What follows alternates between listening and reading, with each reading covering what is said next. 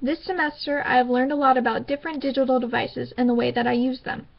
My project challenged me in ways that I did not expect.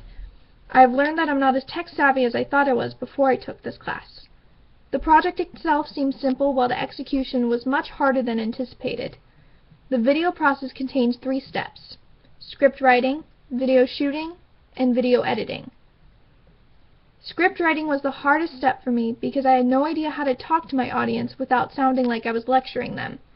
As I started to write the second script for my second video, I ended up deleting multiple drafts because I was never satisfied with the work that I put in. I ended up trashing the entire second video altogether because I did not think it was an accurate representation of the effort that I could put into the work for this class. Video shooting wasn't as difficult in the same sense that script writing was. I had to put a lot of creativity into my script, but while shooting, I had to display my creativity with my tone of voice and the actions that I show on camera.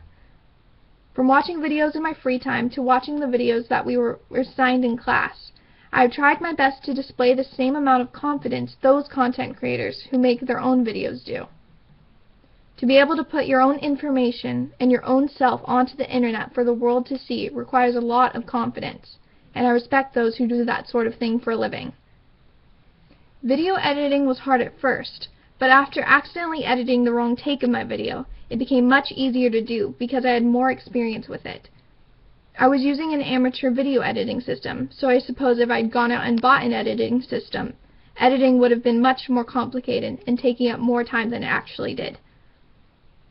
When it came to other people helping me with my project, my roommate helped me by letting me use her computer for editing. The camcorder I used for my video wasn't compatible with my laptop, so she let me use her MacBook, which was a lifesaver for the entire project.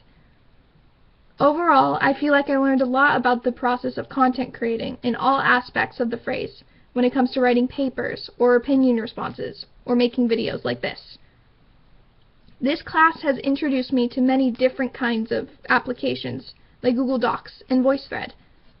I'm glad that I had some basis for digital literacy, because if not, I feel like this semester would have been almost impossible for me to complete.